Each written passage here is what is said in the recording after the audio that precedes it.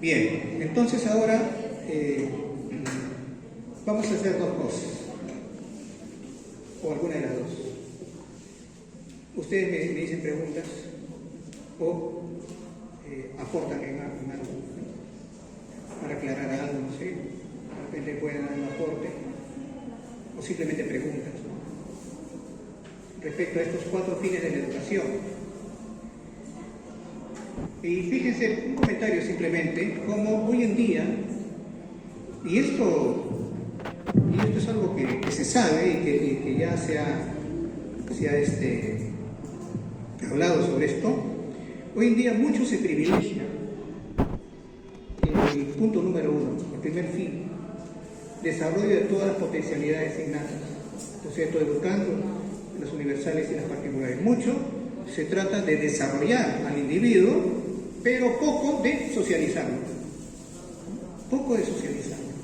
Y a veces casi nada de socializarlo. Y entonces van creciendo y cada uno, tal vez desarrollando muy bien sus propias cualidades, empieza a sentir orgullo y alguna vez hasta soberbia. Y con ese orgullo y soberbia trata a los demás. Aquí es importante también mencionar el tema de la otredad, ¿no? Hay otredad psicológica y hay otredad sociológica, ¿no? En la otredad psicológica simplemente consiste en que yo me doy cuenta que el otro no soy yo, ¿no?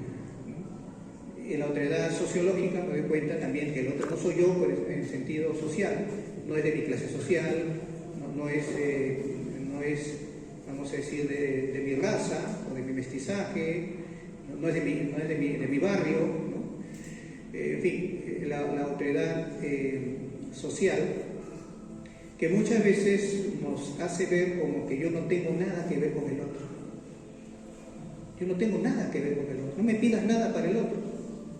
Para los míos sí, por eso se habla mucho de nosotros y ellos.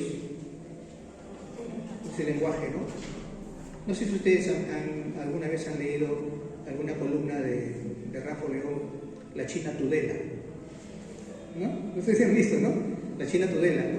Es una, como se dice vulgarmente, es una pituca, ¿no? Que escribe a sus amigas, que son pitucas, ¿no? Y habla pues un lenguaje de ese pituco, que o sea, que y todo eso, ¿no? Y ella menciona mucho el sí, porque ellos, ¿no? Porque ellos, lo decimos desprecio. En cambio nosotras, dice, ¿no? Porque escribe a sus amigas mujeres, ¿no? En cambio nosotras, y empieza a ser justamente marcar las diferencias que hay, inclusive los gustos, ¿no? Porque ellos, claro, tienen gustos vulgares, la cultura chicha, ¿no? En cambio nosotros, más refinadas, ¿no? Entonces, esa otredad social que divide. En cambio, como estamos diciendo, debe educarse para que, sin necesidad de desconocer las diferencias sociales, porque las hay, sin desconocer esas diferencias sociales, aprender a valorar y respetar al otro, aunque no sea como yo. Y establecer relaciones de justicia. Yo ya no despreciaré al otro, o no seré despreciado porque está más arriba que yo, ¿no? Que está más arriba que yo. Sino cada uno en su sitio, pero con respeto. Cada uno en su sitio con respeto. Entonces, esto es lo que hay que afinar y hay que corregir. Hay que corregir. Bien, no sé si hay alguna pregunta, intervención. Sí, no corte, a ver, vamos a escuchar. Justamente por lo que está hablando, padre, acerca de mucha gente escoge colegios para sus hijos, donde les van a dar una muy buena educación, bueno, instrucción sobre conocimientos y todo, pero no se preocupan mucho por la parte humana. Por eso yo realmente elegí en Iglesia Católica, o sea, un colegio católico y después parroquial para mis hijos, porque no es solamente los iban a educar en ese sentido de conocimientos, sino darle el aporte humano, o sea, solidaridad, respeto, todo lo que la persona tiene que tener en un contexto total, ¿no? O sea, mi hijos estuvieron en el Cerro San Carlos religioso y después en Vianney. donde no me puedo quejar, era un aporte total de las religiosas, de las profesoras, y yo creo que muchas personas justamente que han estado con sus hijos ahí en el colegio han salido satisfechas. Y incluso mi hija, que ahora tiene una niña, también tiene la misma idea de poner a la niña en un colegio religioso porque sabe que es total, no es solamente conocimientos, la parte fría y que la persona salga educada, entre comillas, sino como un ser humano en todo íntegro. Completo, claro, íntegro. Muy bien, gracias. Sí, eso es importante ver. Yo recuerdo cuando tuve la oportunidad de ser promotor en un colegio, porque me tocó la parroquia con colegio, entonces vi que habían 6 horas de libre disponibilidad en la currícula. Antes eran 10, ¿no? Y habían 6 horas de libre disponibilidad.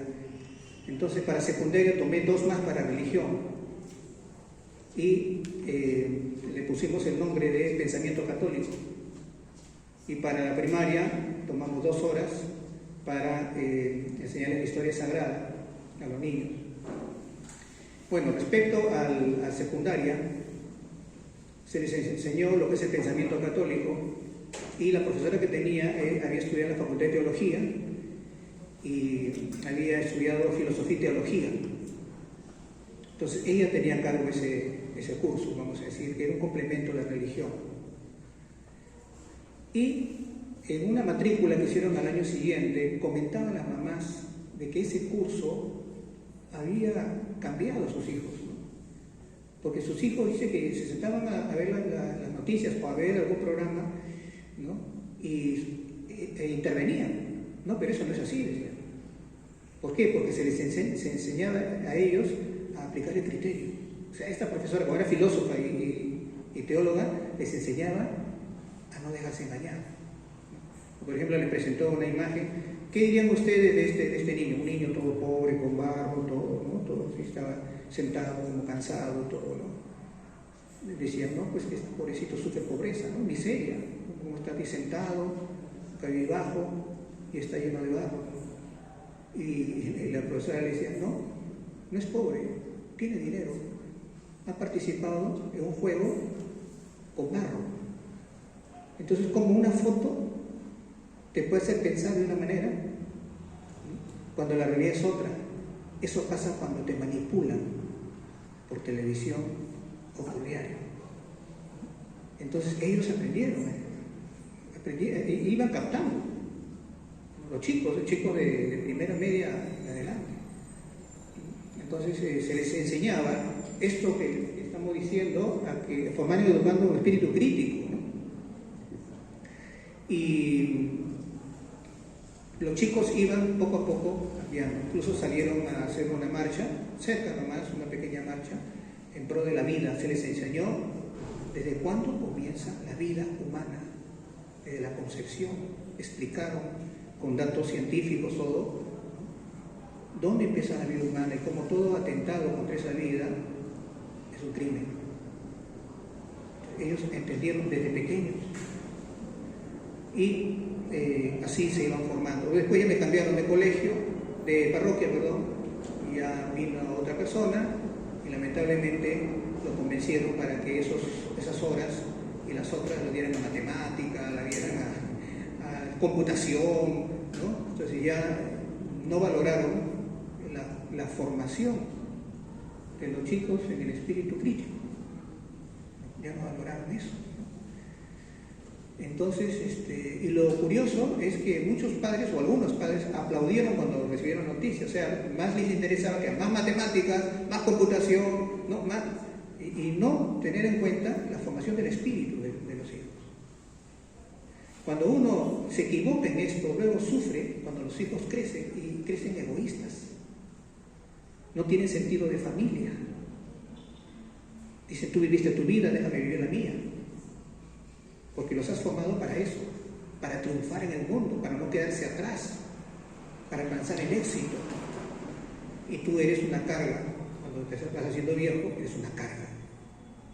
Entonces, esto es lo que, vamos a decir, las consecuencias de una mala educación o mala formación. ¿Qué has formado? El hombre económico.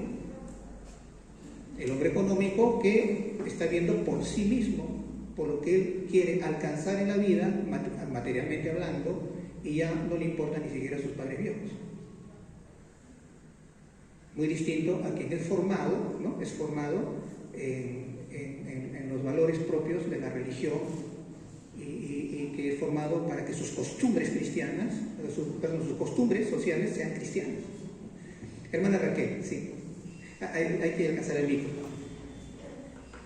¿Quién le podría alcanzar el micro, hermana Raquel, por favor? Ahí viene, hermana Raquel.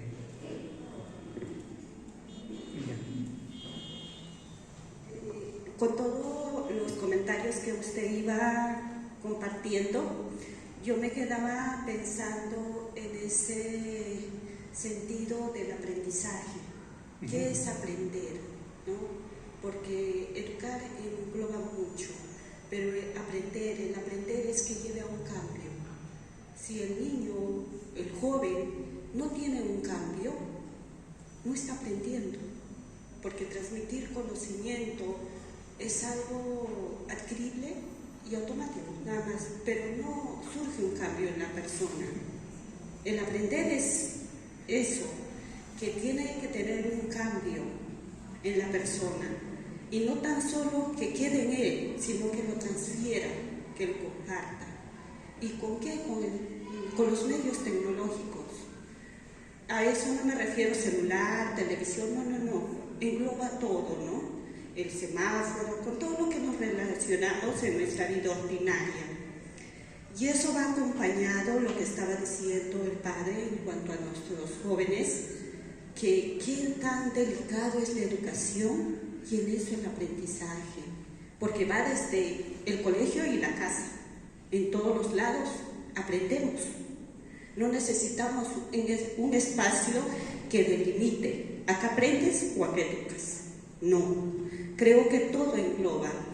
Y ahora en nuestra nueva generación hay una filósofa española lo está llamando los jóvenes de cristal, ¿no? Imagínense cómo es el cristal, lo tocan y se destruye. Y ahora son los jóvenes así, ¿no? Tan emotivos, no lo podemos decir nada porque se nos rompen, emocionalmente, físicamente, o no lo toquen. ¿Cómo aprender también a educar? ¿Qué jóvenes o con qué jóvenes estamos relacionándonos? ¿O a qué jóvenes estamos formando, educando? ¿Soy contribuyente de ese joven de cristal? Porque decimos es el futuro del mañana, creo que no, es ahora, ¿no? Y estos jóvenes son los que ayer fueron niños. Ahorita estamos viviendo eso lo que fue ayer. Ahora, ¿cómo estamos sembrando, educando para el mañana y continuar nosotros? Creo que ahí está como que esa tarea de ciudadanos. Muchas gracias, madre. Sí.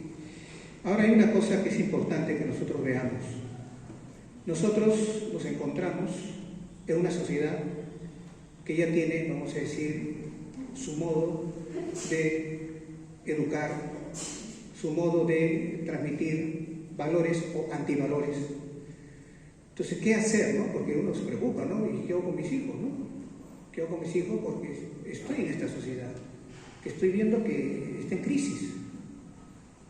Entonces, es aquí donde tenemos que reflexionar en esto y sobre todo me dirijo a los jóvenes, a los padres también, indudablemente. El ser humano es un ser social. Se dice también es un animal social, ¿no? Teniéndole el punto de vista más amplio de la ciencia. Es un animal social, nosotros decimos, bueno, de la filosofía es un ser social, y también se dice del hombre, con ambos términos, es un animal gregario.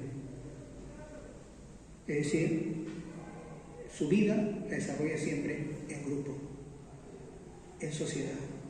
Tenemos, por ejemplo, a los lobos. Los lobos son gregarios, son animales gregarios. Ellos viven en manadas, y tienen su forma de vivir de acuerdo a sus instintos. Los simios son animales gregarios. Sin los otros simios no podrían tal vez sobrevivir, necesitan unos de otros. El hombre es también un animal gregario, realmente que es un ser superior a los animales, ¿no? Pero vayamos por ese lado. Es un animal gregario, es un ser gregario, es decir, necesita del grupo. Pero ¿qué hacer en esta sociedad donde están formando individuos y no grupos? Y donde por formar individuos hay bullying, porque uno quiere prevalecer sobre el otro, uno quiere atraer la atención de los demás. Y como es individualista la sociedad en la que estamos viviendo, entonces ahí es donde viene el bullying. Yo invitaría a los jóvenes y a los padres para que lo consideren, teniendo en cuenta que somos gregarios, somos seres gregarios, que ellos encuentren su espacio entre amigos que piensen y sientan de manera semejante, ¿no? Y algunos, pues, no sé, oye, ¿qué te parece? Mira, he conocido a los scouts, un ejemplo, ¿no? Los Boy Scouts, hacemos esto, ¿por qué no te animas? Y se va a conformar el grupo de scouts. O decir, oye, ¿sabes qué? Tú sabes que a mí me gusta la literatura, me gusta escribir cuentos y esto, y yo sé que a ti también. Me he enterado que hay una agrupación de jóvenes que escriben cuentos y que participan y que bien, pues únete a eso. O sea, estate con aquellos que te van a apreciar, que te van a recibir y con quienes vas a compartir lo que tú eres. Entonces sean los scouts que despiertan, vamos a decir, esa preocupación por el bien del prójimo, por ayudar al prójimo, ¿no? Ya más adultos hay quienes se meten a los bomberos, ¿no? Hay un espacio también. Es decir, integrar grupos donde los hijos, donde ustedes jóvenes, pueden encontrarse a gusto. En el colegio de repente les hacen bullying, pero en ese grupo no. En ese grupo los quieren porque comparten las mismas aficiones, porque tienen todos más o menos los mismos talentos y pueden compartir. Inclusive un dojo de karate. En un dojo de karate no están compitiendo los que participan. Entra un niño que hace los movimientos mal, ¿no? Porque recién está aprendiendo, y va el más adulto o el más joven y le dice, no, así no, mira, haz así, abre las piernas así, ponte el tronco recto, le enseña, se ayudan. Y es un arte marcial, arte militar, arte de combate, pero cómo se sienten unidos. Y ahí se encuentra ese chico, ese niño o ese adolescente, se encuentra a gusto, tiene sus amigos, tiene sus compañeros, comparten la misma afición, le gustan las artes marciales, y qué bueno. Entonces, es muy importante hoy en día hacer que los hijos estén en espacios donde se sientan contentos, aceptados, porque lo peor que puede haber para un hijo es que se sienta solo, porque no se anima a contarle a su papá o a su mamá que le han pegado o lo que fuera, se sienta con una autoestima hasta el suelo y que incluso pueda pensar en suicidarse, como ha ocurrido en muchos casos. Y esto los psicólogos lo conocen más porque hacen estudios de esto. Que nunca dejar al chico solo, procurar que tenga su grupo de amigos, pero en este sentido, que sean semejantes, ¿no? Porque a veces también los grupos de amigos ocasionales, no todos son buenos amigos, pero cuando uno encuentra un espacio donde el chico participa, que le gusta el teatro, o que le gusta la música, que le gusta el deporte, o que le gusta esto y lo otro, pues ahí ese es su sitio, para que él vaya creciendo también en la amistad. Entonces yo diría que esta sería una buena solución, o una buena manera de proteger a los hijos con una sociedad que busca una educación individualista, en la que lo que importa es el individuo y cómo surge por encima de los demás a través de la competencia. No, vamos todos a caminar juntos, vamos todos a preocuparnos unos de los otros, y los logros tuyos son mis logros y los míos son los tuyos. porque somos un equipo. Un poco lo que les dije en la guerra todos estamos unidos, ¿eh? Todos nos cuidamos las espaldas. No hay nada de que tú no eres de mi raza y mi posición social, nada. Todos estamos unidos, igualito, ¿no? Todos aquí estamos por este motivo, por este otro motivo, ¿no? Yo diría, ese sería un buen camino para que los chicos puedan crecer sanos espiritualmente, sanos psíquicamente, ¿no? Y de esta manera ya podrán más adelante escoger también la carrera en la cual van a estudiar para luego insertarse en la sociedad indudablemente, ¿no? La adaptación social, entrar en la sociedad, ¿no? Con la profesión que ellos quieren, ¿no? ¿Algo más, por favor?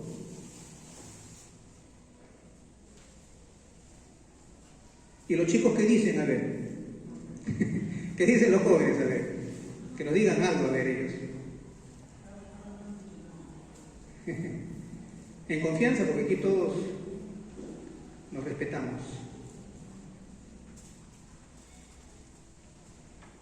A ver. O escojo yo a quién. No, eso no. Libremente.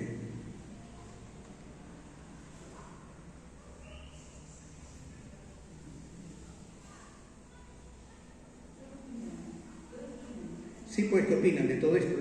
No, padre, usted no sabe nada.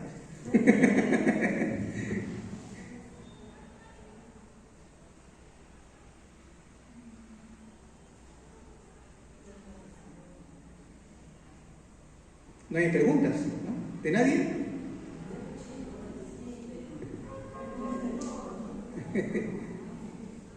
Hay un asunto que es importante, miren, ya que tiene que ver con la educación y otro tema que tiene que ver con la libertad. Vamos a ver. Y esta pregunta es más para los adultos que para los jóvenes. Pero los jóvenes tienen que escuchar para saber cómo caminar en la vida. ¿Eres lo que siempre quisiste ser o eres lo que otros han querido hacer de ti? Es una pregunta interesante. ¿Eres lo que siempre quisiste ser o es lo que otros han querido que seas? Es fuerte, ¿eh? Es fuerte.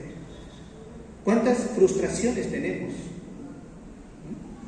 Porque quisimos ser algo y nuestro papá nos dijo, no, tú vas a estudiar esto, ¿no? Hay una historia, no recuerdo si es en el libro de Tus Zonas Erróneas de Díaz, donde se cuenta esto, ¿no? Es muy interesante. Un hombre casado, bien casado con sus hijos, amaba a su mujer, lo amaba a él, tenía sus hijitos, era contador, ¿no? Le iba muy bien con la contabilidad, era muy hábil, y bueno, un día su esposa empezó a verlo un poco triste. Entonces, bueno, un día, no pasa nada, otro día, y un momento en que le dice, oye, mira, quiero hablar contigo, le dice. ¿Qué te pasa? Porque te veo triste. Y él dice, sí, no sé, me encuentro un poquito triste, pero no sé por qué. Porque tengo mi carrera, me va bien, te tengo a ti, tenemos nuestros hijos, yo creo que tengo todo para ser feliz, pero no sé por qué me siento triste.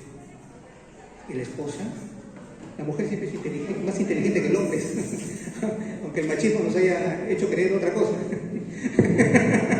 No, pero la mujer más inteligente tiene intuición, ¿no? Tiene intuición, tiene otro tipo de inteligencia, está la intuición en todo caso, ¿no? Le dice, le pregunta, dime una cosa, ¿qué te gustaba hacer de niño? Le pregunta. Y él se pone a pensar y se sonríe y dice, a mí me gusta mucho pintar. ¿Así?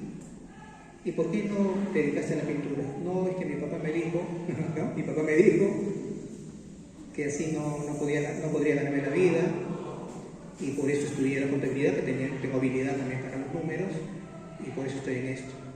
Entonces la esposa le dice, mira, ¿sabes una cosa? Todos los días, no te voy a interrumpir, ocupa 2 horas de cada día para pintar. Ponte a pintar, no te pinta con pinta. Así que él se alegró, se fue a la librería, se compró sus témperas, se compró sus cartulinas, se compró sus lápices, todo. Y comenzó a pintar, y empezó a sentirse contento. O sea, trabajaba como contador y además pintaba en esas 2 horas que prácticamente le restaba al estar con su esposa, conversar y todo esto, ¿no? Pero la esposa quería pues a su esposo que esté contento. Y es así como, pasado el tiempo, empezó a hacer unos cuadros tan bonitos que empezó a venderlos. Entonces, esto es de la vida real, ¿no? Lo cuenta un autor, un psicólogo. Y empezó a vender sus cuadros porque le gustaba a la gente, vendía. Llegó un momento en que iba reduciendo ya su contabilidad para dar un poco más de espacio para hacer los cuadros que le estaban pidiendo, ¿no? Llegó un momento en que dejó la contabilidad y se quedó de pintor. Feliz. Tenía su esposa, tenía sus hijos, sus hijas, y estaba haciendo lo que siempre quiso hacer. Así es. Hizo lo que siempre quiso hacer. Entonces, por eso la pregunta es lógica, ¿no? ¿Eres lo que siempre quisiste ser? ¿O eres lo que otros han querido que tú seas? Esto digo a los adultos, pero para que lo tengan en cuenta con sus hijos. Nunca permitan que sus hijos le digan, papá, ¿qué quieres que estudie? Nunca permitan eso. Ustedes tienen que decirles, hijo, ¿tú qué quieres? Esto, muy bien, vamos a ver, ayúdenos, ¿no? Para esta carrera se necesitan tales cualidades. ¿Las tienes? Sí, las tengo. Estudia eso. Pero tú mismo tienes que tomar la decisión. Eso es lo que más te conviene. O le dice, papá, pero no sé qué estudiar. Ya, puede ser chica, puede ser chico. Entonces el mamá tiene que decirle, mira, tú tienes estas cualidades, tú eres muy servicial, ¿no? Una chica, ¿no? Tú eres muy servicial. La vez pasada se enfermó tu amiga y fuiste corriendo a ayudarla, a acompañarla, ¿no? Entonces tú eres muy servicial, no sé, una carrera que tenga que ver, no sé, con la atención del prójimo, que puede ser enfermería, puede ser medicina misma, ¿no? Medicina misma, ¿no? Entonces, ayudar a que el joven, ¿no? Varón o mujer, como le digo, sea quien descubra sus propias cualidades, sus propios talentos, para que según eso él mismo elija qué cosa quiere ser en la vida. ¿Qué cosa quiere ser en la vida? Y no ande por la vida con la carga de que yo estudié esto porque mi papá me dijo que lo hiciera, porque mi mamá me insistió, porque con mi casa todos son abogados, mi abuelo, mis abuelos, mi papá, todos abogados, yo también estudié leyes, o ingeniero, ¿no? O médico. Pasa, sí.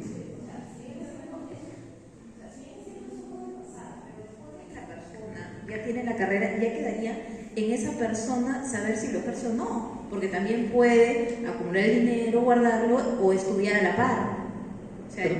O sea, como usted lo dice, ¿no? Si bien es cierto, en algunos casos hay personas que estudian lo que los papás les dicen, terminan esa carrera, pero si tú tenías otra meta, yo creo que también podrías hacerlo, podría ser a la par o podría ser juntando el dinero para luego lograr tu sueño, ¿no? O sea, sí. Yo considero que no siempre tienes que quedarte, no somos árboles, somos personas, y creo que si no estamos cómodos en un lado, podemos movernos y podemos seguir nuestros instintos y alcanzar nuestros sueños, ¿no? Sí, pero eso es corregir lo que se hizo tal vez no de la mejor manera, ¿no? Ahora, la persona, claro, por eso muchos cambian de carrera en el camino también. Hay unos que cambian de carrera. Oye, pero tú entraste a estudiar esto, pasó 2 años, has desperdiciado. No, es que he descubierto que esta es mi vocación, ¿no? Entra, ¿no? Otros, como dice usted, estudian la carrera, ¿no? Y tienen capacidad para hacerlo, ¿no? Pero a la vez tienen todavía esa nostalgia de lo que quisieron estudiar realmente y lo hacen, si no es paralelo, después de la carrera, pero lo hacen también, ¿no? Yo recuerdo un amigo que estudió Relaciones Industriales y terminando eso, se casó inclusive, y su esposa le permitió que vaya a la universidad, porque son horas que tiene que estudiar para estudiar abogacía, ¿no? Y ahora es relacionista industrial y abogado, ¿no? Entonces, y le sirve para la empresa donde trabaja, ¿no? Y así hay algunos ejemplos también donde ocurre esto, pero lo importante es que ayudar a que el joven, por eso se forma el joven, ¿no? Por eso hablamos de educación como formación, ¿no? Entonces forma lo que él está llamado a hacer por sus propias cualidades, ¿no? Entonces no evites que él se realice de acuerdo a lo que por naturaleza tiende a eso, ¿no? Tiende a eso. Entonces no hay que sofocar, vamos a decir, el llamado de la naturaleza, ¿no? En ese sentido, ¿no? Sí.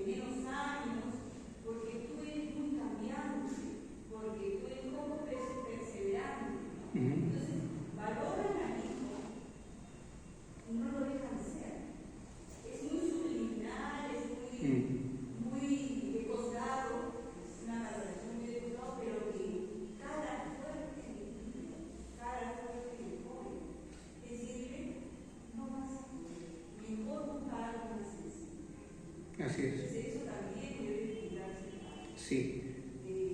De apreciar por qué. Porque cuando un joven tiene interés, puede después sobrepasar sus aparentes límites. Si algo le gusta mucho, le interesa mucho, va a sobrepasar de repente su desorden, va a sobrepasar y se va a volver a ordenar, va a sobrepasar su poco esfuerzo y se va a volver esforzado. Depende del interés. Depende de la motivación que tenga, ¿no? Sí. Muy bien. ¿Alguien más? Sí. Pensando en los fines de la educación, yo me doy cuenta que a mi edad, no sé en realidad cómo encontrar el sentido a la existencia, a la propia existencia, ¿no? Según usted, ¿cómo podría ser? ¿Cómo se hace? ¿Qué es? Sí, yo creo que el sentido de la existencia de alguna manera se expresa en las preguntas: ¿qué hago en este mundo? ¿Para qué estoy en este mundo? ¿No? Eso es importante. ¿Para qué estoy en este mundo? Entonces, ¿a quién le va a dar respuesta a eso? Entonces, uno busca respuesta en Dios. Busca respuesta en Dios. Esto ha sido siempre ha sido así.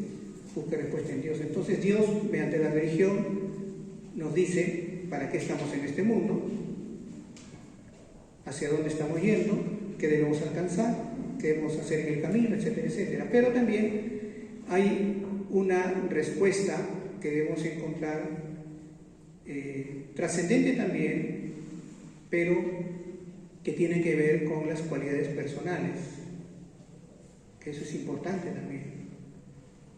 Poniendo un ejemplo que no va a chocar porque nosotros vivimos otra época, pero por ejemplo tenemos los reyes católicos.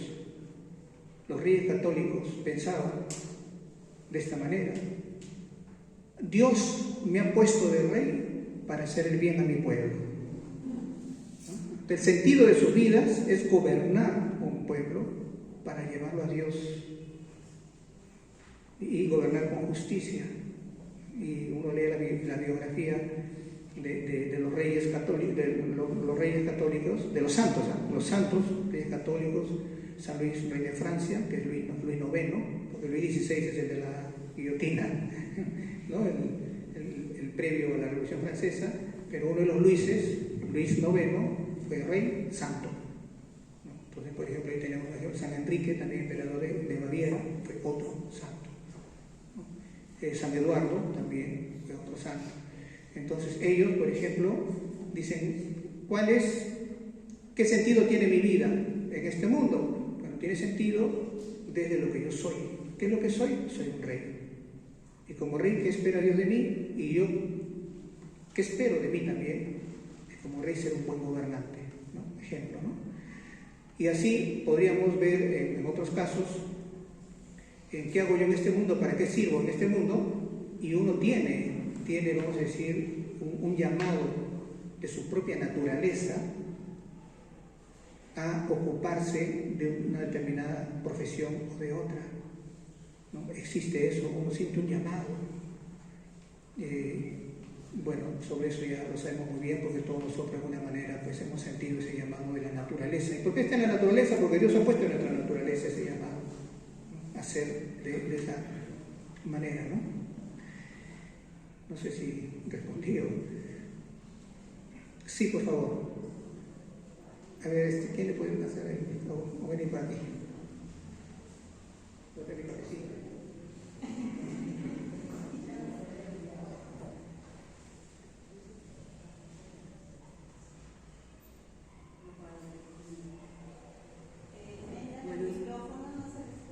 Prender el micrófono para arriba. Ya. No se escucha. Se escucha un poquito bajo. ¿Ya? Sí, lo que pasa es que lo que quería compartir con usted y había comentado, ¿qué consejo pueden dar a los padres? Que fácil es decir después que pasó tiempo que una persona se cambió de carrera y después pueda estudiar la carrera que siempre quiso y bueno, con sus propios ingresos, ¿no? Pero en el momento cuando un hijo decide cambiarse de carrera, ¿cómo deben actuar los padres? Porque es una situación que a veces los padres no saben cómo actuar, porque no es fácil. Primero, si no tienes los recursos económicos para hacerlo, porque implica una carrera que tu hijo estudió 2 años, implica volver a empezar de cero, porque a veces las carreras no tienen cursos en común y entonces no puedes convalidar. Entonces, ¿cómo deben proceder los padres? Porque esa es una situación que yo he visto en varias familias, ¿no? Y entonces, ¿qué es lo que debieran hacer? Es decir, porque la dificultad también es económica. Entonces, como familia, ¿cómo hacer? O decirle al hijo, termínalo y luego tú estudia la carrera que tú quieres, o permitirle el cambio si es que pudieran hacerlo. ¿No? O sea, hay familias que podrían estar en esa situación, pienso actualmente. Gracias. Bien, de nada. Depende de en qué año me encuentre, ¿no? Porque si me encuentro en los 2 primeros años, tal vez me parece, bueno, pues, ¿no? De algo te servirá lo que has aprendido y bueno, vamos a hacer el esfuerzo, ¿no? Pero si de repente le falta 1 año para terminar y dice, me quiero cambiar de carrera, no, pues tampoco, ¿no? Entonces mejor estúdiala porque tendrás algo más en tu currículum, ¿no? Y después ya veremos lo demás, ¿no? Inclusive, pues si no tengo medios, te pondré en una universidad nacional, ¿no? Y ya pues solventaré tus pasajes, lo que tengas que gastar, pero ya no me da para una universidad particular. Yo creo que eso depende de la situación. Más bien lo que hay que preguntarse es qué actitud debe tener el padre, ¿no? Qué actitud frente a esa realidad, pues buscar lo mejor para su hijo. Y en todo caso, hay 2 cosas, la previa y la que presenta el problema, ¿no? Que antes de abrazar una carrera, o mejor dicho, de iniciar una carrera, un examen vocacional, pues, un examen vocacional, para que haya la certeza de que ese es el camino de él. Y lo vimos, si no se hizo y en el camino está preguntando eso el hijo, pues puedo cambiarme de carrera porque siento esto, lo otro, un examen vocacional, a ver, hijo, ¿por qué ocurre esto? Entonces le hace el examen vocacional y ahí sale si sí o si no. Entonces el hijo también tiene que ser realista y saber que debe estudiar aquello para lo cual está hecho, vamos a decir de alguna manera. Tiene cualidades, condiciones.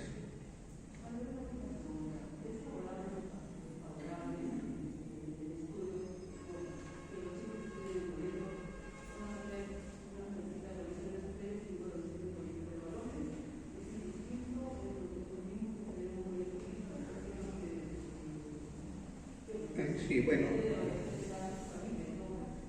Sí, bueno, sobre eso se discute mucho. Se discute mucho. Yo tengo una amiga de mi edad, o sea, ya está viejita, que me dice, yo estudié en colegio de mujeres, me dice, y sé que hay una universidad de mujeres, pero no estoy de acuerdo, me dice, ¿no? Porque uno no alterna con chicos, ¿no?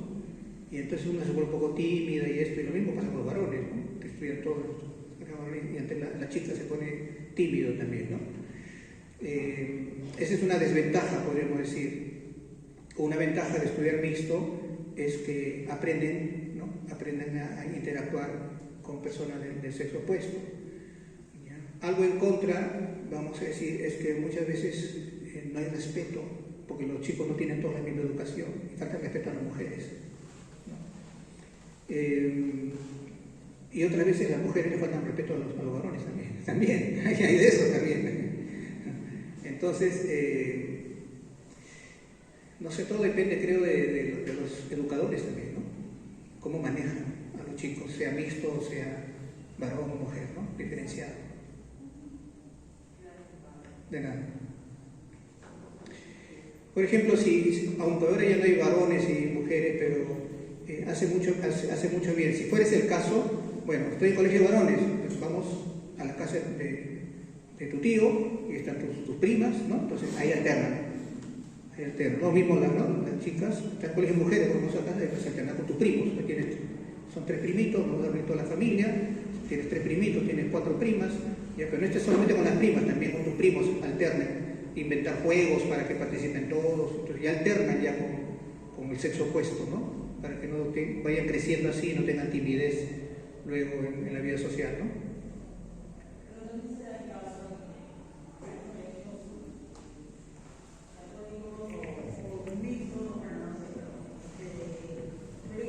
Solamente son las chicas o los chicos, pero la misma dirección, por algunas actividades que hacen, se juntan con un colegio de muchachos y también alternan, porque bueno, mis hijas han estudiado en colegio solamente de mujeres, claro.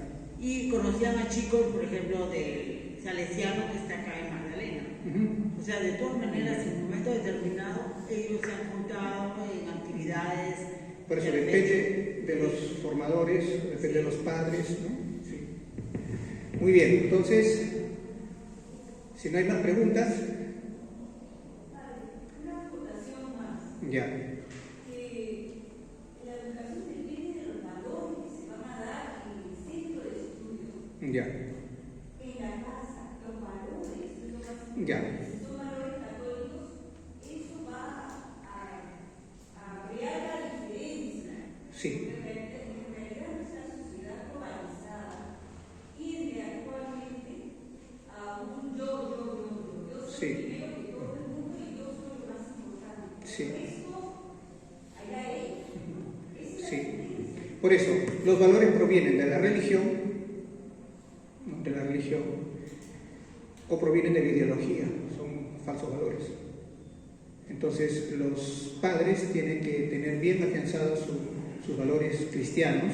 Estoy hablando de cristianos porque estamos en una sociedad cristiana, ¿no? Sus valores cristianos, para que sus costumbres sean cristianas, y de esta manera crezcan los jóvenes con costumbres cristianas. Y que entiendan los jóvenes que los valores cristianos no les impide, vamos a decir, ser espontáneos y expresarse. No. Los valores cristianos lo que ayuda es te hacen mejor persona, ¿no? Te hacen mejor persona. No te quita nada, no coarta tu libertad, al contrario, la va dirigiendo bien. Eso es importante.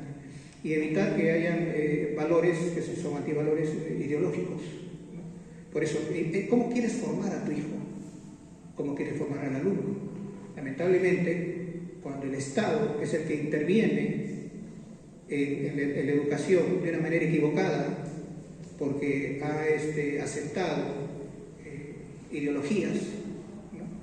Entonces es ahí donde hay más bien una lucha, una pugna,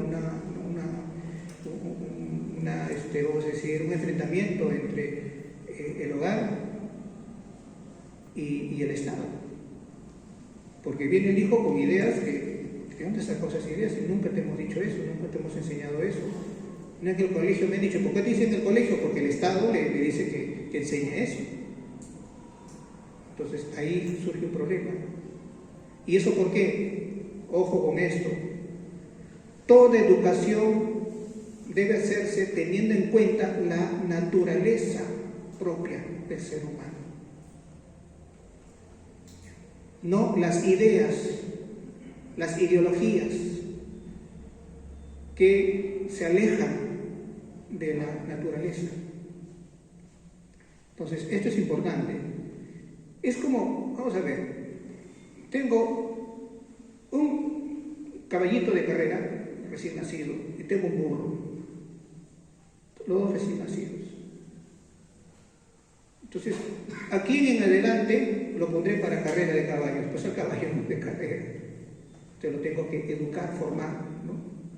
Para que sea un caballo de carrera.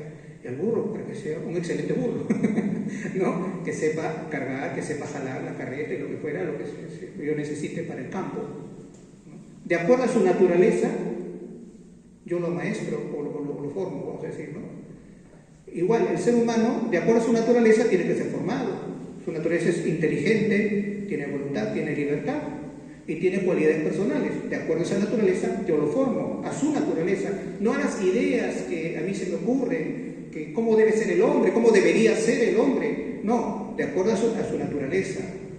No. Entonces, de esto se trata, porque el hombre es un ser que no nace perfecto, nace perfectible. Esa perfección alcanza en un proceso que llamamos educación, que incluye la formación, ¿no? Estamos formando al individuo.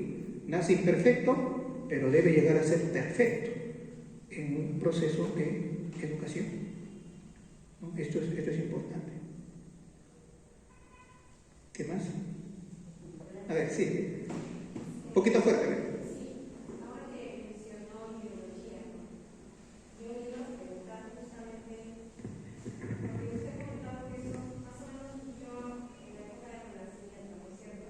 El antropocentrismo, sí. El hombre es el centro. Sí. Pero curioso, ¿no? Porque ahí se empieza a hacer como una confusión de decir, ya, eso viene antiguo, ¿no? Porque yo recuerdo que en el colegio, y yo se lo veo niña, todos decimos que en el Renacimiento todo un mundo, ¿no? Que la cultura, Sí. y luego empiezan a decir y lo muestran, ¿no? Creo que son épocas en las que los años, ¿no? Pero, o sea, desde entonces ha habido, yo diría, una mala comprensión, que era o si no algún despistado, o muchos despistados, que empezaron a confundir, porque si nos hablan tanto del Renacimiento, y usted dice una cosa, y ya me ha puesto en el sentido crítico, ¿no? Y me puse a acordarme de mi abuela, que, claro, ella nació en 1902 y se murió a los 100 años, pero su crianza es del siglo XIX. Claro. Y era una persona muy rígida y que si veía las emociones, porque un niño y todo ser humano tiene emociones. Y usted sabe también debe saber que los niños muy pequeños, como hace un privado también mencionó, no distinguen, todo es él, y eso es una naturalidad. O sea, las madres no deberían que espantarse. Hasta cierta edad, ya ahí empieza a aprender, y la verdad que aprender a compartir. Así es. Que él y la madre son dos personas diferentes.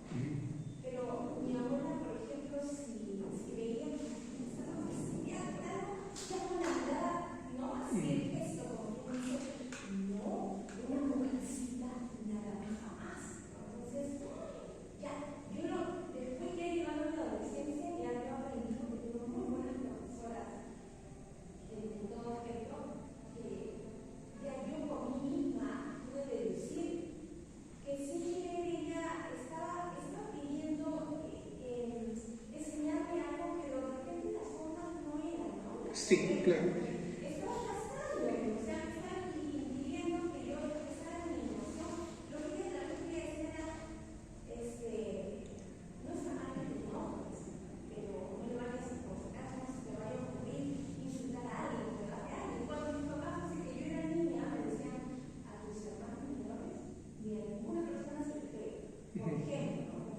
Sí. Entonces, bueno, ya esto no tiene nada que ver con el renacimiento, pero su mamá y la abuela de mi abuela, ¿cómo le habrían enseñado? Sí. Bueno, bueno, dos cosas, ¿no? Lo del Renacimiento, habían también renacentistas que estaban apegados a la religión. Bueno, entonces, ¿qué significa el Renacimiento para ellos? Haber descubierto la grandeza del hombre también, ¿no? Porque se ha pasado por una época, y esto es interesante que lo veamos porque está en nuestra cultura, una época, vamos a decir la Edad Media, donde se hablaba mucho, indudablemente, del camino a los mandamientos, pero también se habla mucho del pecado. Y entonces el hombre era un miserable que solamente sabía pecar, ¿no? Entonces tenía que ponerse en línea, ¿no? Si acaso quería salvarse y no condenarse. Entonces mucho mencionar el tema del pecado, que es verdad. Inclusive las prácticas, vamos a decir, prácticas cristianas que había en ese tiempo, ¿no? Las prácticas ascéticas, ¿no? Buscaban dominar a ese animal que uno tiene y que lo hace pecar a uno, ¿no? Entonces, el hombre visto siempre en ese sentido, ¿no? de que es un ser cargado de miserias, llega el descubrimiento de la grandeza del hombre, es decir, descubren lo que fue Grecia, ¿no? Lo que fue Grecia y todo lo que eso significa en cuanto a cultura, y dice, pero el hombre es grande. Y fíjense que esa experiencia, disculpen que cuente una cosa personal, yo he tenido también una educación de colegio y todo, colegio religioso, una religión cristiana. Tuve la fortuna de visitar el Palacio de Versalles, porque mi papá me llevó. Cuando entré al Palacio de Versalles, me quedé sorprendido y dije, ¿todo esto ha salido del espíritu del hombre? ¡Qué grande es el hombre! Esas esculturas, esa arquitectura, esas pinturas han salido de la mente del hombre. ¡Qué grande es el hombre!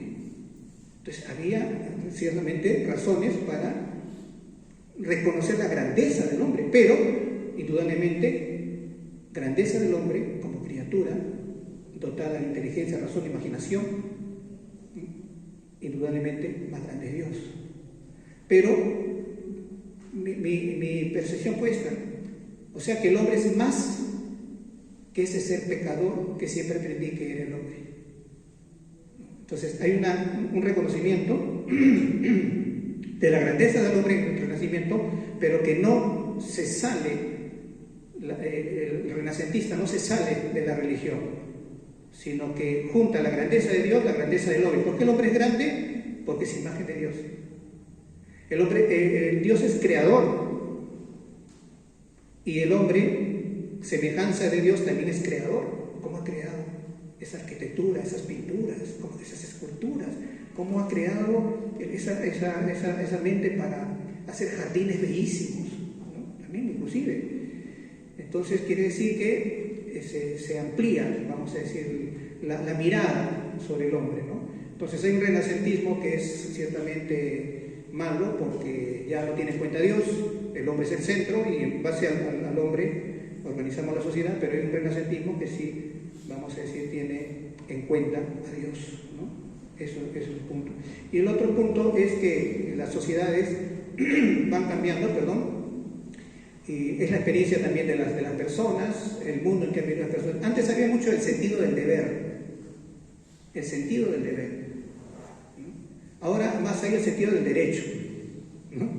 Yo tengo derechos, yo mamá, yo tengo mi derecho, no, ni me pegues porque yo tengo mi derecho, los derechos del niño, los derechos de no sé cuánto y todo. Oye, hijo, hija, pero ¿y tus deberes? ¿Qué deberes, no? Yo tengo derechos, pero nos olvidamos que tenemos deberes. Antes nuestra sociedad era, tú tienes deberes, oye, tú tienes que portarte así. Pero cuando mi abuela me cuenta que llevaba de visita, ya saben, ¿no? Se portan bien, vamos a visitar a tu tía, no sé cuánto, se portan bien. Ya, mamá, ya. Sí, las llevaba todo. En lo que empezaba que jijiji, jajaja y que se movía mucho, una miradita nomás, y se quedaban quietecitas, ¿no? Quietecitas.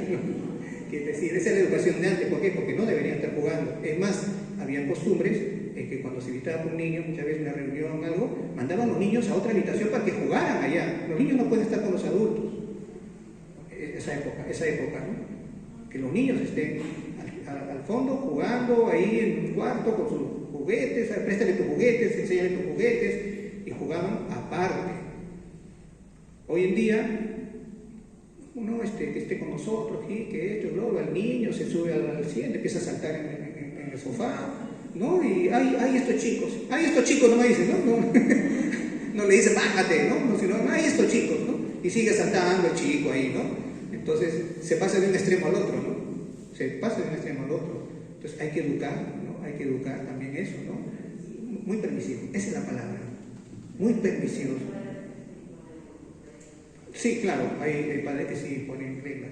Lo que hay que evitar es ser demasiada severidad. Hay que evitar demasiada severidad, porque entonces reprime mucho y asusta al niño o a la niña, ¿no? Pero tampoco hay que dejar no hay que dejar que haga lo que quiere tampoco, ¿no? Porque se va a acostumbrar a ser así, no solamente de niño, de adolescente, joven, va a estar reclamando, va a estar haciendo bulla, va a estar haciendo lío, ¿no? Sí. Muy bien, no sé, ¿algo más? Bueno, a mí me ayudaba también esto que decía usted, que el segundo fin de la educación, como que la socialización, sí, que o sea, la necesidad que hay de ello, ¿no? Cuando usted decía enseñar a convivir y no a competir, creo que todos estamos llamados a ayudarnos unos a otros, ¿no? A vivir así, cada uno desde donde está, desde siendo padre o siendo madre, siendo joven. Ahora los chicos de confirmación que están aquí, ¿no? Como este paso que van a dar de decir sí creo, quiero seguir a Jesús, nos tiene que ayudar a vivir así, ¿no? A ayudarnos, no a competir, a ser un equipo, todos, a sumar, o sea, a vivir el reino, diríamos en términos de Jesús, ¿no? A vivir como hermanos. Y yo creo que es el deseo más profundo que todos tenemos, pero a veces, o sea, que este paso de confirmación y todo nos tiene que ayudar a seguir al Espíritu Santo, ¿no? A seguir viviendo así, porque es mi felicidad y la felicidad de todos, ¿no? Así es. Sí. Si ustedes, por ejemplo, leen biografías de muchos inventores, de muchas personas que luego han pasado la historia por su aporte a la humanidad, todos ellos, bueno, por la época también, ¿no? Pero todos ellos católicos, ¿no? Y entonces han descubierto en sus vidas qué es lo que Dios quiere de ellos, con sus inventos, con su pintura, con lo que fuera, ¿no? El arquitecto Gaudí, ¿no? España, ¿no? Que ha hecho, el arquitecto español, ha hecho una catedral de la Sagrada Familia, pues, impresionante, que todavía no se termina de hacer, ya murió, está incluso en proceso de canonización, ¿no? Sí, entonces él, Gaudí, y él, un hombre católico, un hombre que es lo que Dios quiere de mí, pues que haga arquitectura, y la arquitectura religiosa, y se metió a hacer esa catedral que hasta ahora no termina de hacerse. Entonces veo personajes donde se ve claramente que no hacen las cosas porque a mí me gustaría, porque va a ser mi logro, no, es el servicio que yo hago a los demás, porque Dios así lo quiere, porque para eso Dios me dio un don, para yo construir, para yo aportar, para yo dejar un legado, para dejar algo a los que vienen atrás. Inclusive un maestro, su mayor logro en la vida es haber formado bien a sus alumnos. Y qué gozo cuando de repente viene un muchachón o una muchachona, ¿no? Y le dice, profesor, profesora, ¿no? ¿Se acuerda de mí? Estuve en el colegio tal, ay hijo, mira qué bien, y qué está ya profesional, si yo ya me casé, qué alegría del profesor o la profesora de que se le acerquen alumnos con agradecimiento de lo que significó ellos o ellas para su vida. Había una profesora, me acuerdo, de literatura que decía, se me acercó, me pasaba un muchacho, era de la PIP, aquella vez era la PIP, ¿no? La Policía de Investigación de Perú, se acercó y me dijo, profesora, ¿se acuerda de mí? Sí, más o menos. Era un hombre grande, pues, ¿no? Entonces, si yo soy su alumno tal, ¿se acuerda que usted nos enseñaba literatura? Yo hacía mis cuentos, hacía mis poesías, tenía esa habilidad. Sí, ahora, ¿qué estás haciendo? Bueno, soy de la PIP. Y después ya se despidieron, entonces me encontré con un alumno, ¿no? Que fue ya hice memoria excelente en la literatura, todo, y ahora está en la PIB. Y me dice, y lo veo muy distinto como era de niño, porque claro, si es de la PIB tiene una formación, ¿no? Una formación policial, una formación a lo de piso de investigaciones, su forma de mirar, su forma, ¿no? Es otra, ¿no? Porque tiene una misión que cumplir en la sociedad, ¿no? Es tan distinto de cuando era chico, era poeta, de cuentos, su mente estaba pues, ¿no? Con las nubes, también ahora era un hombre que, ¿no? Pero la alegría de que ya su alumno pues había alcanzado lo que quería, lo que finalmente descubrió que era lo suyo, ¿no? Que era ser policía de investigación. Y así, diferentes. Y el profesor, recuerdo, es un testimonio, profesor, cuando nosotros estábamos en quinto y media, empezaron a pasar diferentes profesionales para decirnos de qué consistía su profesión, eso en el colegio. Y uno de nuestros profesores, el profesor de historia, el profesor Salvá, me acuerdo, dijo, miren, los profesores, yo les digo una cosa, no ganamos mucho, somos los que menos ganamos de los profesionales. Pero yo no cambiaría por nada el ser profesor. Es mi vocación. Yo estoy llamado a eso, a enseñar la historia a mis alumnos.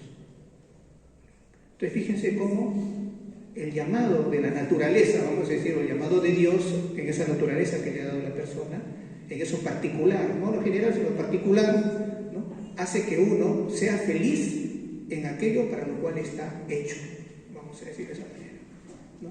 Y esto no nos engañemos que solamente las profesiones universitarias, no, las técnicas también.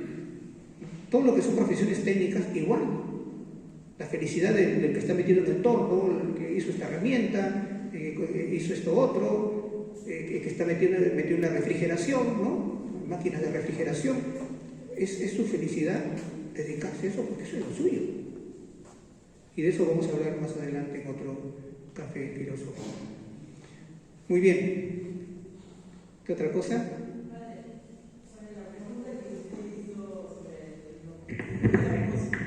Que si logramos lo que queríamos hacer o lo que quisieron de nosotros. Sí. Con mi mamá, nosotros somos 3 mujeres y dijo, nunca nos preguntó qué queríamos estudiar. Siempre nos dijo, secretarias, ya, vayan a trabajar, estudien secretariado y ya, para que ayuden en la casa. Y obviamente, como yo era la rebelde del grupo, yo dije, no me gusta, yo no voy a estudiar eso. Y bueno, hice cursos porque a mí me gusta lo que tengo, bueno, se dice inteligencia interactiva con las personas, para trabajar en todo lo que es ventas y servicio al público. O sea, logré hacer, y bueno, hasta ahora, ¿no? Claro. Lo que yo quería. Pero mis hermanas sí estudiaron lo que mi mamá quería. Bueno, está bien. Bueno, son experiencias, ¿no? Que por las que uno ha pasado, que nos enseñan mucho. Bien, sí.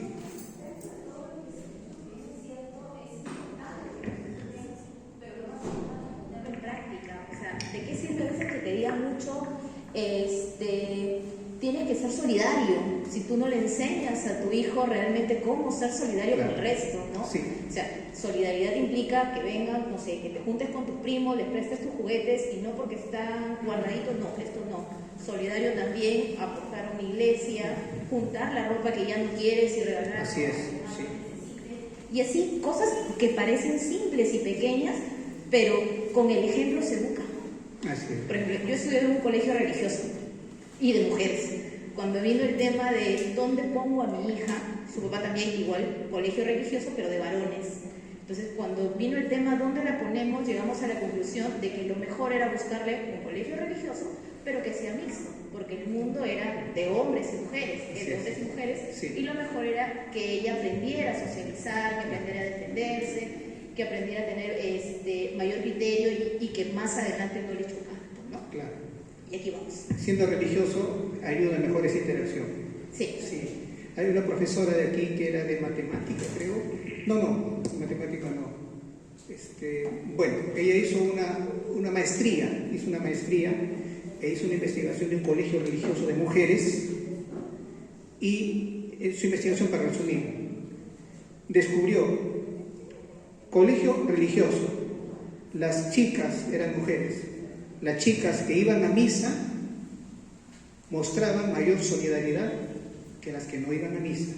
Las que no iban a misa eran buenas también, o sea, en todo el estudio se vio que todas eran buenas, bien formadas, valores, todo esto, ¿no? Pero las que mostraban más tendencia a ayudar, a ser solidarios, eran las que iban a misa. Entonces se ve como la influencia de la misa, que es que Dios les habla cada domingo en la palabra, ¿no? Que conversa eso con sus padres en la casa, con el Evangelio, entonces eso va a despertar, y que los padres seguramente, como van a misa, entonces tienen esta inquietud, como usted menciona, de enseñarles a practicar, ¿no? Entonces, como esa formación ayuda ciertamente a que la persona sea más íntegra, ¿no? más completa. Sí. Muy bien. Muy bien. Entonces, bueno, gracias por su asistencia. Yo quería decirles que están invitados. Los cafés filosóficos los tenemos los primeros y terceros domingos de mes, de 6 a 8. Yo sé que aquí hay personas del turno de la tarde que le va a ser difícil, ¿no? Porque en la tarde tienen la catequesis, ¿no? Pero bueno, ya cuando termine la catequesis, aquí a 2 meses más o menos, ¿no? 1 mes y medio, 2 meses terminan la catequesis. Los cafés filosóficos espero que continúen y pueden venirse en las tardes para aquí y tratar estos temas, o tratar diferentes temas, ¿no? Me gustaría que el próximo tema a tratar sea desde la filosofía, cómo llegamos a la certeza de que Dios existe, el primer punto, y en el mismo café vamos a hablar acerca de cuál es la experiencia del hombre en su encuentro con la divinidad, con Dios. Lo primero, de que si Dios existe, qué atributos tiene, es propio de una rama de la filosofía que se llama teodicea o justificación de Dios. También le llaman teología natural, si por el razonamiento nos damos cuenta de que Dios existe, no por la razón. No es la teología sobrenatural que es por la fe ya conocemos a Dios, no. Teología natural, por la razón natural llegamos a la certeza de que Dios existe, ¿no? Vamos a hacer un razonamiento lógico, vamos a decir de qué manera se puede demostrar, ¿no? Demostrar que Dios existe. Y luego de ver eso, pues entender que el hombre se tiene que relacionar con él y cómo es la experiencia religiosa. Ese es propio de otra rama de la filosofía que se llama filosofía de la religión. Filosofía de la religión. Habla sobre el hombre en su encuentro, en su contacto con Dios, ¿no? Que se experimenta en su ser cuando se enfrenta. Vamos a poner ejemplos de la Biblia, vamos a poner ejemplos de las religiones primitivas, como lo hicimos en uno de los cafés aquí, y ese sería el tema del domingo sería ahora, estamos 16, ya el próximo mes, ¿no? El primer domingo del mes de noviembre, ¿ya? 6, del domingo 6, ¿ya? Muy bien, no sé si hay alguna pregunta más, si no ya podemos ya retirarnos. Bueno, muchas gracias. ¿Ya? Gracias.